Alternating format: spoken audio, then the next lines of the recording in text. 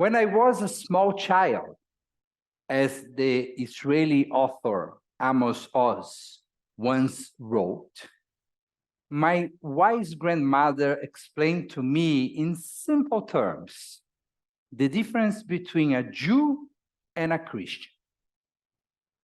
You see, she said, Christians believe that the Messiah has been here once and will one day return. Jews maintain that the Messiah has yet to come. Over this, my grandmother continued, there has been endless hatred and bloodshed. Why? She wondered. Why can't everybody simply wait and see? If the Messiah comes saying, hello, it's nice to see you again, then the Jews will have to concede. If, on the other hand, he comes saying, how do you do? It is very nice meeting you.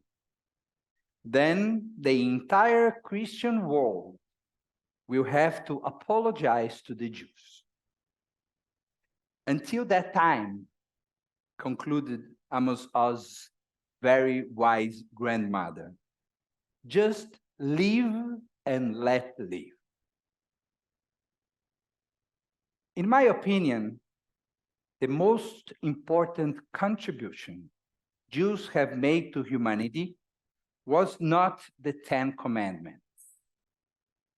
Neither was it gefilte fish, Einstein, or even the Yiddish Mame. In my opinion, the largest Jewish contribution to mankind was the holy notion of compromise. The Talmud, in its majestic collection of Jewish wisdom, was produced orally.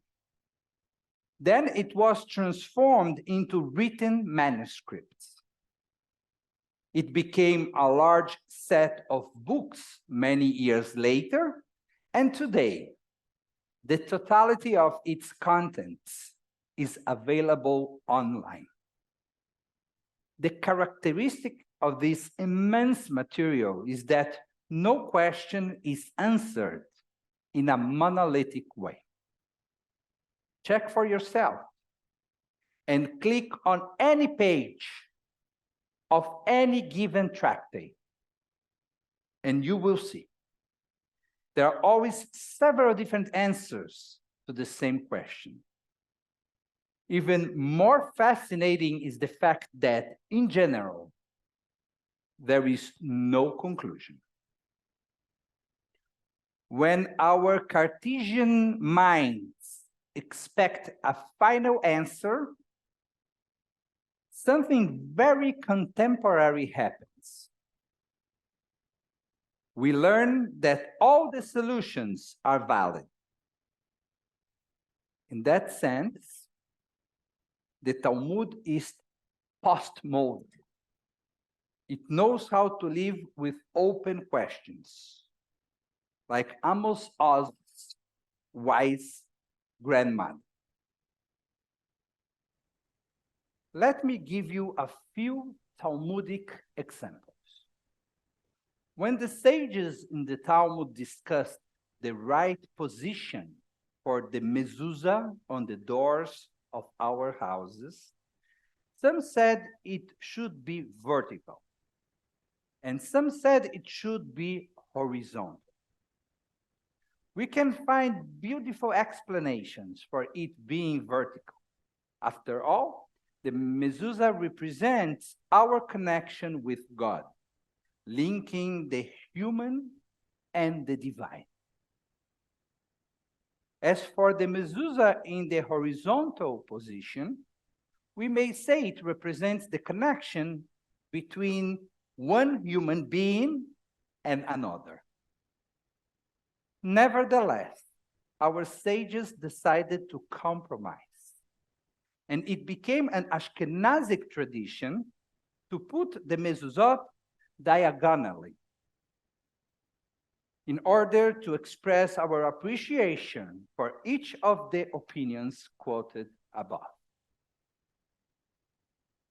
A similar discussion happened around the number of cups we should have during the Pesach Seder. Some rabbis defended the idea of 4 cups of wine, and some thought it should be 5. The rabbis' opinions differed on how many times did God promise to deliver Israel. In order to solve this conflict, the rabbis from the Talmud decided again to compromise. Today, we do not have 4 cups of wine on the Pesach Seder table. Neither do we have 5, but 4.5. The cup of Elijah, in some egalitarian traditions accompanied by Miriam's cup, is a half cup because we do not drink from it, but we keep it on our tables. Finally, we have an example directly connected to Rosh Hashanah. An interesting Talmudic discussion tries to determine how the teruah blast of the shofar should sound like. The rabbis agreed that it should sound like a cry. More specifically, the weeping of General Sisra's mother when she learned that her son had died in the battle that took place at the time of the prophetess Devorah. While one rabbi believed that the crying was sobbing, something similar to our teruah, another sage argued that the crying would have been a lament. Consistent with its pluralistic tradition, the Talmud decided not to adopt a single opinion, but to compromise once again. It introduced a third blast to accommodate the divergent opinions. Thus was born Shvarim. The third blow of the shofar, similar to a lament. Compromise has been seen as a sign of weakness. After all, we may think someone who compromises is not sure about his or her convictions. Actually, the contrary is true. Only someone with strong convictions gains the ability to appreciate the beauty of the opponent's opinions. The problem does not lie on the right, but the ultra-right. The challenge does not rest on the left, but on the extremism of some leftists. The problem is not among religious people, but with the ultra-Orthodox. The challenge is not with seculars, but with those who believe that only what can be proven matters. The problem does not exist with human pluralism, but with inhuman fanaticism. Humanity, with its doubts, is not the problem, but, to my mind, the solution.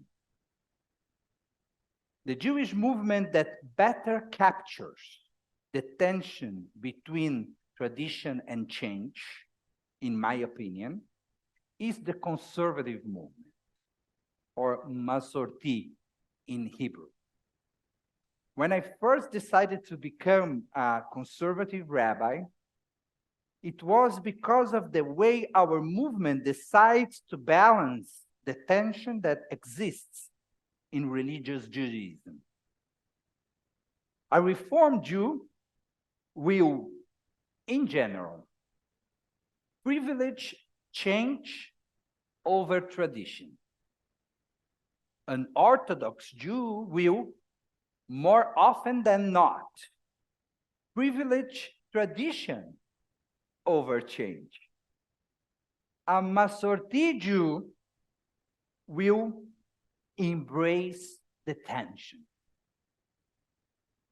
The rich space between the right and left, the black and white, the up and down, the everything or nothing, is the space where the conservative movement operates.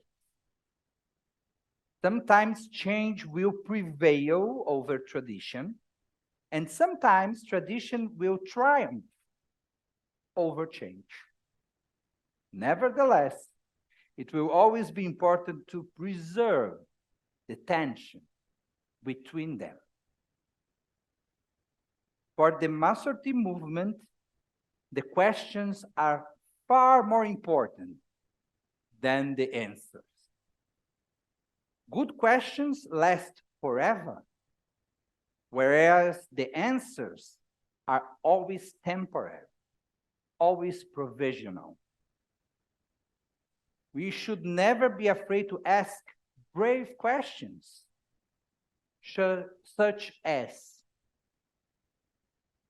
how should our religious services look like in order to remain attractive? Which parts of our tradition do we consider essential? And which are the ones we are willing to let evolve? What are the rituals that cease to represent our values? And what are the new values that we want to incorporate to our ancient rituals? Are we serving the contemporary Jewish family? How do we assure our congregation's doors are wide enough for the multifaceted liquid identities? I once learned from my Halakha professor at Schechter Institute in Jerusalem, the conservative rabbinical school in Israel, where I was ordained, that forbidding something is always easier than allowing. I know it is counterintuitive, but it is absolutely true. On one hand, if I'm not sure about something, I always decide to err on the side of caution, and I freeze. I just repeat the old pattern. I hinder any chance of advancement, and I fear evolution. On the other hand, when I am comfortable with my own set of beliefs, I am accepting of innovative ways. I finally understand that different paths can lead to the same result, and experimenting ceases to be so frightening. We are living in a time of polarization. It is happening everywhere. It is happening with your families. I know, because it's happening with my family too. People are not appreciating the power of compromise. Different opinions on abortion, drugs, weapons, healthcare, immigration, vaccines, religion, politics, the Messiah, are driving people apart. We Jews have the opportunity to stick to what I consider to be our most remarkable contribution to humanity. We have the chance to highlight the best legacy we inherited from our tradition, the capacity to compromise. During the high holidays, we are surprised every year again by a God ready to compromise between the attributes of justice, midat adin, and mercifulness, midat arachamim. Several of the Rosh Hashanah and Yom Kippur prayers draw us to the center of the tension between these divine attributes. Traditionally, we think God is judging us on this day. But the truth is, as I see it, God also invites us to witness God's attempt to find a compromise between justice and mercy.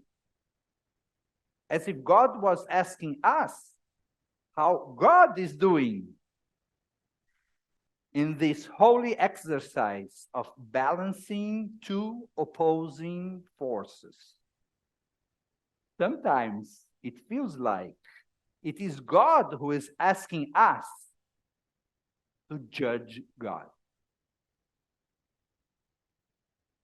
In the prayer Hayom Arat Olam, we read, Im kebanim, im ka'avadim. Sometimes we are God's servants, and sometimes we are God's children.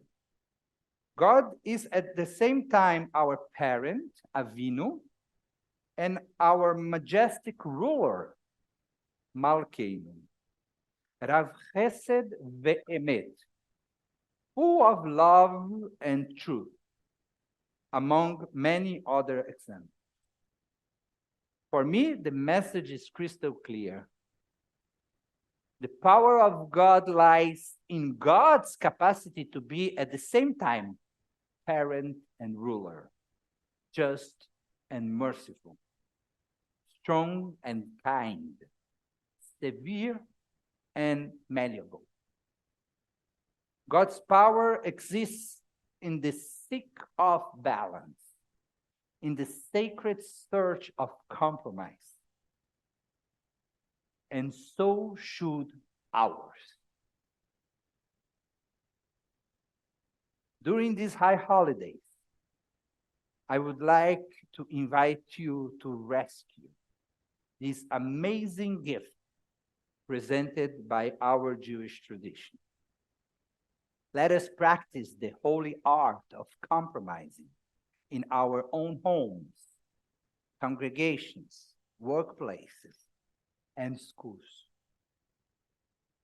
Let the Jewish people be known for its outstanding contribution to humanity.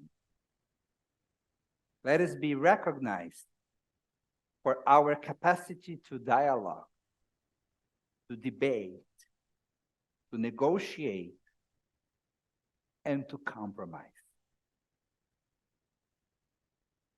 Yehuda Amichai, also an Israeli author, wrote a sensational poetic warning about absolutism.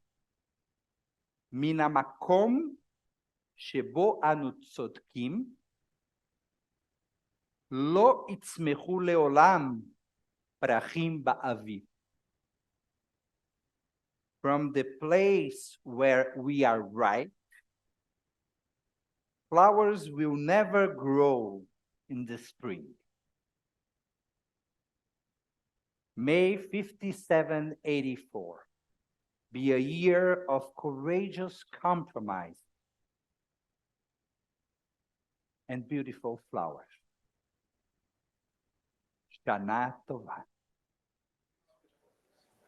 Now we will all listen to the message from our president, Stephen Moelis. Good Yom Tov.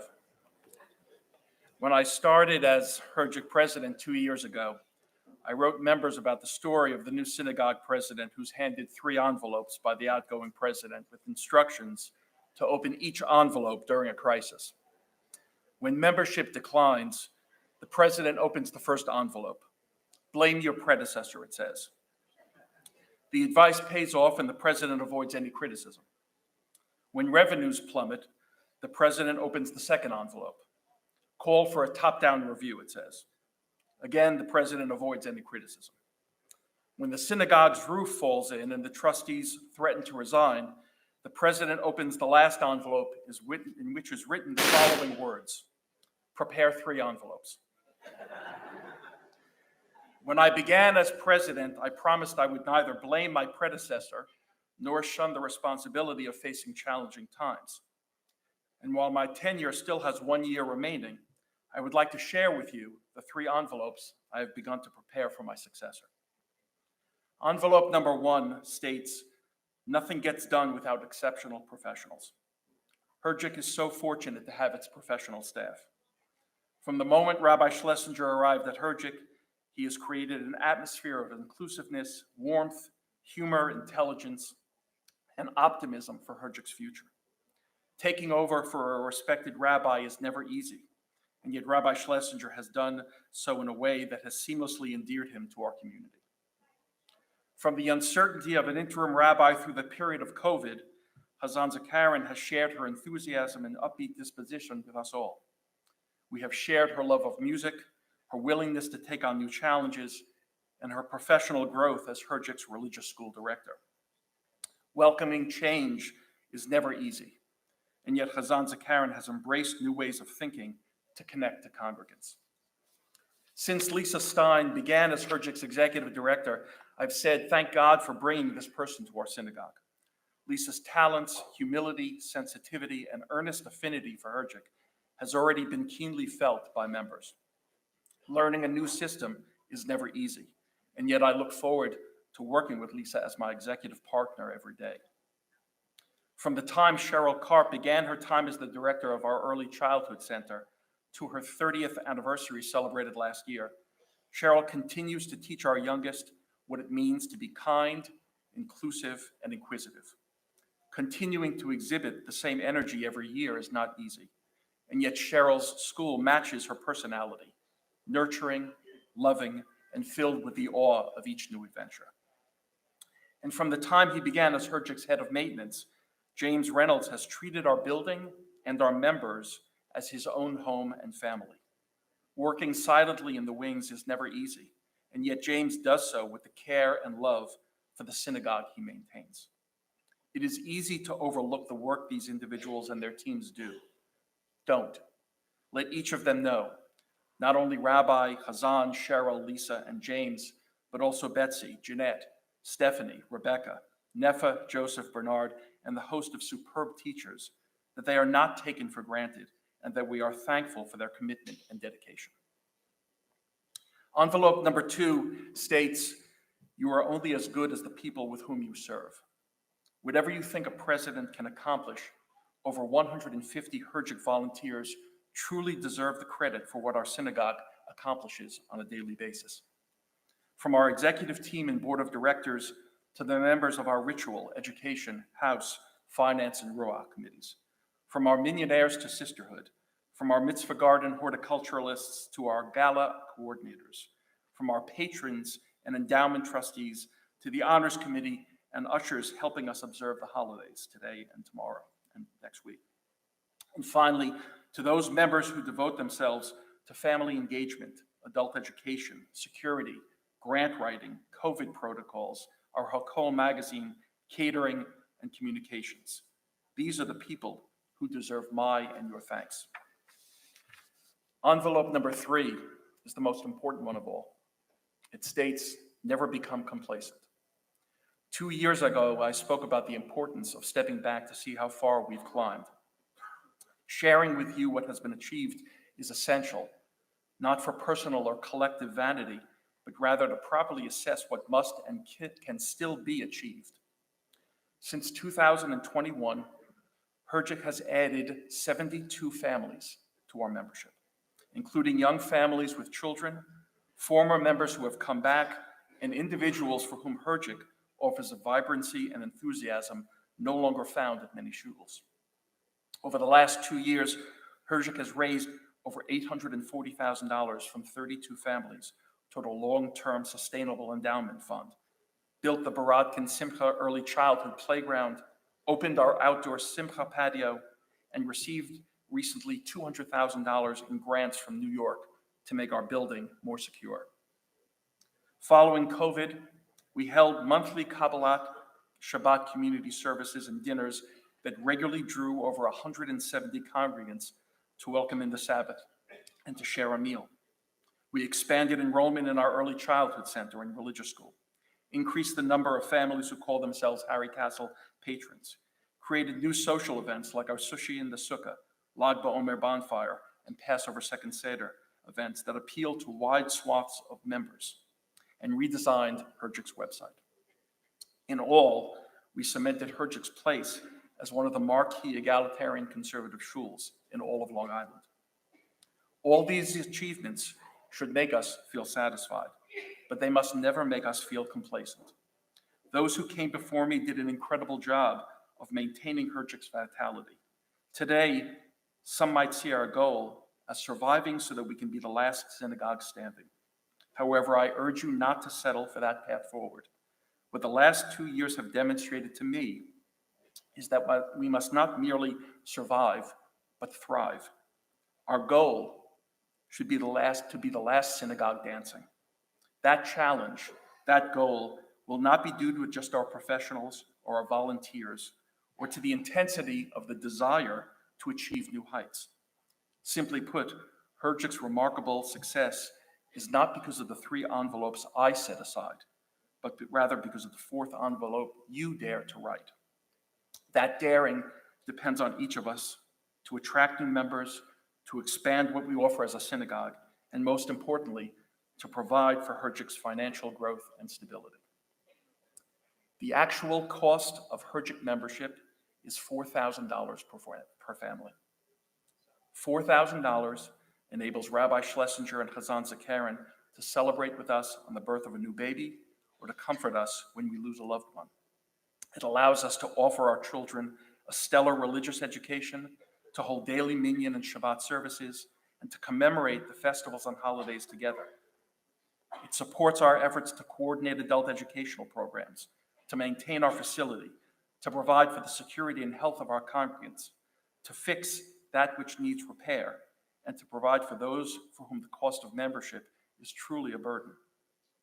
$4,000 enables each of us to come together at the water's edge on Tashlich, to throw away our sins, and spend the ensuing 12 months praying, studying, celebrating, mourning, and eating together as a Jewish community. Still, current membership dues, even after a modest increase following a 3-year freeze, account for just 1/3 of HERJC's operating income. Ultimately, we rely on members whose generosity enables HERJC to continue to remain vibrant and offer what it does to our community. So I offer this challenge to you for the coming year. In 2024, HERJC will celebrate its 75th anniversary. Therefore, let us collectively make 5,784 a year for HERJC to financially thrive as never before. Perhaps increase your overall monetary contribution to HERJC by 18%, or become a patron. Perhaps double your Kol Nidre pledge or sponsor a Shabbat Kiddush. Perhaps join our endowment tree, buy a Purim banner, or pay for someone who cannot afford to come to an event to do so. Do not let the aura of success prevent you from continuing to make a difference. Do not let the feeling of our collective accomplishments over the last 2 years serve as an excuse not to do more. Choose the words you want read in that 4th envelope and make them a reality. The HERJC community begins with each of us and all of us. And so I look forward to the final year of my presidency with the hope and expectation that we will continue our journey together as a community and that HERJC will thrive as never before through our efforts. May you and your families be written in the book of life for a sweet and healthy 5784, and may we enjoy dancing together in the new year to come. Shana Tova. Shana Tova. Stephen, thank you so much. Just a moment here. Thank you so much. Thank you so much for your dedication to this congregation. This is really amazing. If it wasn't for you, my family and I wouldn't be here. You were the one who brought us to this community, and you then taught me with your lengthy emails. Now I found a tool in ChatGPT that summarizes.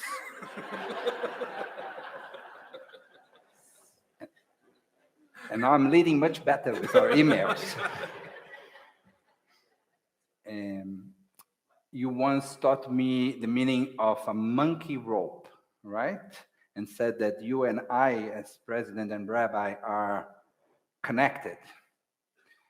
So I'll be happy to start talking about our extension after the holidays.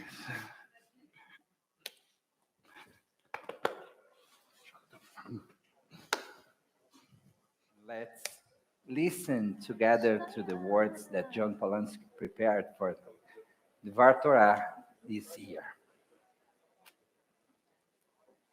All right. Oh, yeah? Okay. Hi, everyone. When Stephen asked me to speak today during the high holidays, a range of emotions came over me. First, of course, I was honored and proud to be asked. Then I kind of thought, like, who are the speakers that backed out? That really didn't want to talk today. You know who you are, but that's okay. It's the holiday, so you're forgiven. As much as I love a captive audience, a little fear took over me, because while I've often spoken publicly, this is in front of people I know or actually might see again, at least some of you. My name is Jonathan Polansky, and I've been a member of HERJC for over 30 years. My wife Randy and I joined the temple shortly after my dad passed away in 1991, as I wanted a place to say Kaddish that I could feel comfortable at. My 3 children went to nursery school here and Hebrew school, and all were bar and bat mitzvah here. So despite my long-standing membership, my involvement with the temple was fairly limited until a few years ago when Dave Burton nudged me towards a more active role. Thank you for that, Dave. Today, I proudly serve on the board and various committees, and most recently joined Jack Skiba and others as a trustee for a new endowment fund. I contemplated what to share with you on this holiday, so I decided to speak about the theme of today's Parsha and how it intersects with my own beliefs. It calls to mind the profound sacrifice that Abraham was tasked with, a command that defied understanding, to offer his own child as a demonstration of his loyalty and devotion to God. Our lives, too, have seen us confronted by the notion of sacrifice. Often this involves relinquishing our own resources, whether it's time, money, sometimes our own careers, to help better the lives of others or those in the community. Personally, I've encountered this with my own family, each time without a shred of doubt concerning the rightness of my or our actions. While Abraham's challenge was of a magnitude beyond comprehension, our sacrifices serve a different purpose, one of enriching lives rather than extinguishing them.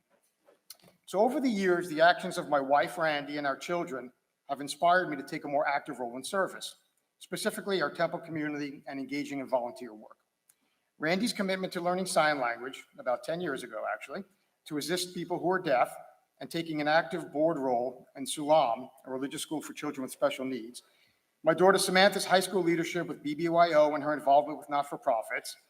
My other daughter Ashley's dedication to educating young minds as a first-grade teacher at Ramaz, and my son Josh's experience locally with the Friends program all sparked a realization within me about the need to give back. It's through their examples that I've come to appreciate the immense value and happiness and fulfillment derived from service over the years. So for me, it started with work where we had New York Cares come in and organize different events.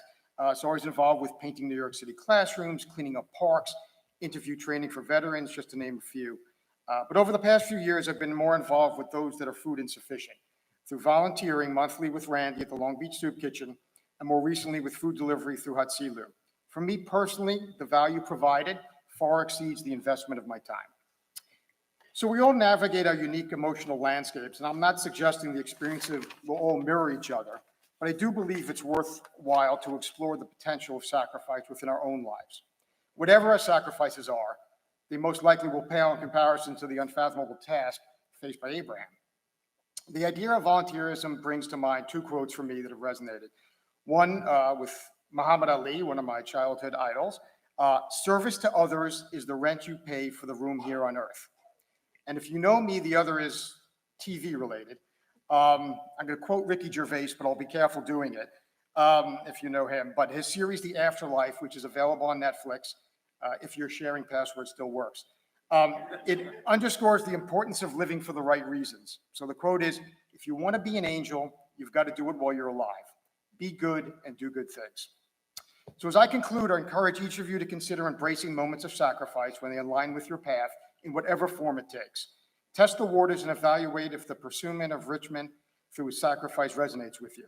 In doing so, we honor the essence of this season and the legacy of Abraham while seeking our own fulfillment and happiness. Thank you for your time and attention. Shana Tova to you and your families.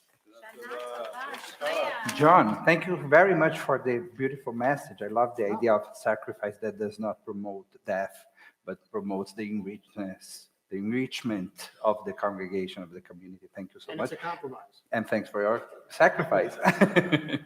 Thank you so much. Shkoyach. Hayom harat olam, hayom yamid b'mishpat, kol yitzurei olam im kevanim, im kavadim, rachaminu kerachem avanim, ve'im kavadim, einenu lecha tluyot.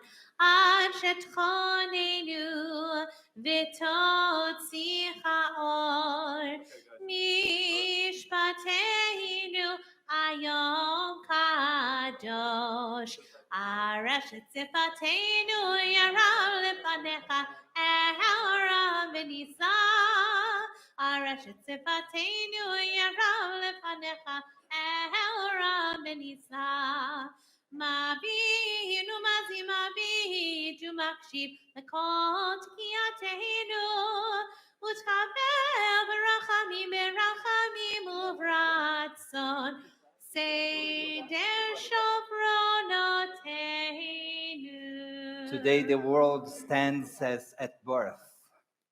Adon olam asher malach b'terem kol yitzir nivra le'nasa v'chatzoho azay melech shelo nikra adon olam v'yacharei kichlot ha'ol levado yimloch nora adon olam v'hu haya v'hu hoved Vehu yeh v'tifara Adon olam, asher malach, b'terem kol yitzir nivra le'nasa v'chatzoko, azay v'lech shelo nikra Adon olam, vehu echad v'ein sheni, le'achilo le'achira Adon olam, ve'li reishit ve'li tachlit, Elohos ve'hamizra Adon olam,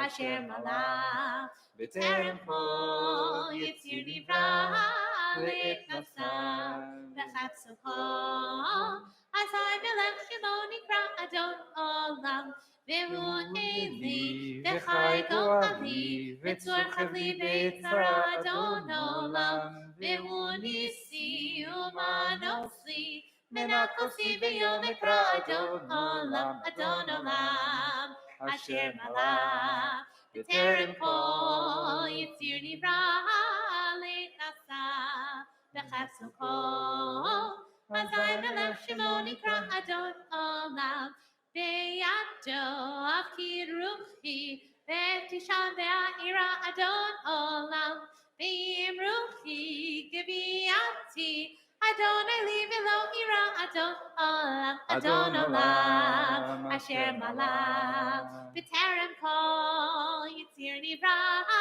le'nasa v'chatzoko, azay melech shelo nikra Adon olam. Please rise for a final bracha, for a final blessing.